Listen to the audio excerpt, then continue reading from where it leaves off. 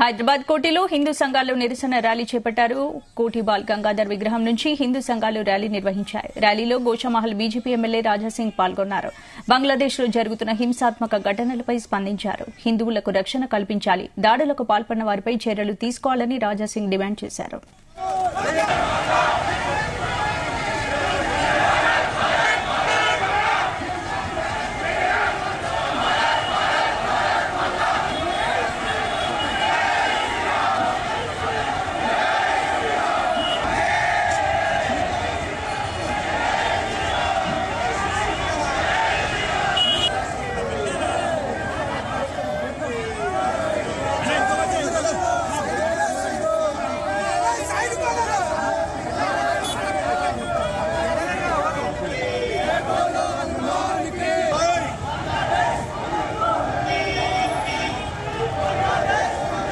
హైదరాబాద్ కోటిలో హిందూ సంఘాలు నిరసన ర్యాలీ చేపట్టారు. కోటిబాల్ గంగాధర్ విగ్రహం నుంచి హిందూ సంఘాలు ర్యాలీ నిర్వహించాయి. ర్యాలీలో గోషామహల్ బీజేపీ ఎమ్మెల్యే రాజాసింగ్ పాల్గొన్నారు.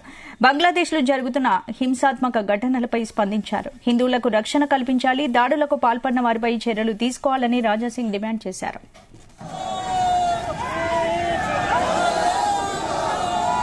హైదరాబాద్ కోటిలో హిందూ సంఘాలు నిరసన ర్యాలీ చేపట్టాయి. కోటిబాల్ గంగాధర్ విగ్రహం నుంచి హిందూ సంఘాలు ర్యాలీ నిర్వహించాయి. ఇందుకు సంబంధించిన పూర్తి అప్డేట్స్ మా ప్రతినిధి రవితేజ అందిస్తారు. రవితేజ, తెలంగాణలో రోజువారీగా హిందూ సంఘాలు రోడ్డుపైకి వచ్చి బంగ్లాదేశ్ లో నెలకొన్నటువంటి పరిస్థితులని నిరసన వ్యక్తం చేస్తూ అక్కడ ప్రభుత్వాలు, పోలీసుల తీరు, ప్రభుత్వ అధికార యంత్రాంగం ఏ రకంగా కట్టడి చేయలేదో వాటన్ని కూడా కళ్ళకట్టినట్టుగా తెలంగాణ వ్యాప్తంగా నిరసన కార్యక్రమాలు రోజు రోజుకి పెరుగుతూ వస్తా ఉన్నాయి.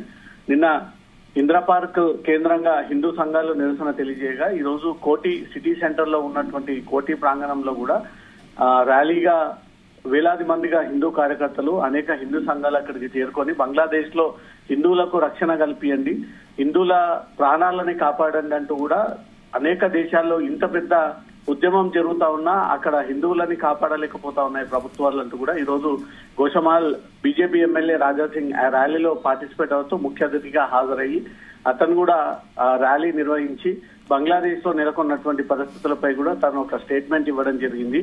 ప్రతి దేశంలో ఎవరిపై దాడులు జరిగినా ముఖ్యంగా హిందువులనే టార్గెట్ గా చేసి ఈ దాడులను కొనసాగిస్తారు.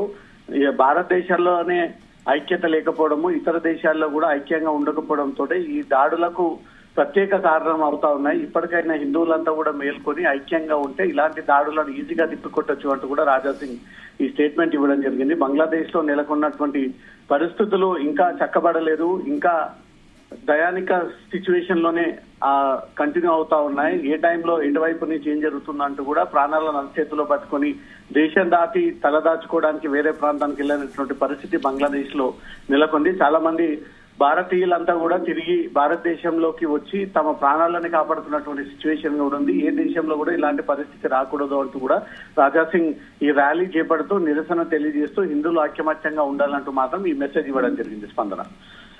Okay, right, thank you Raviteja.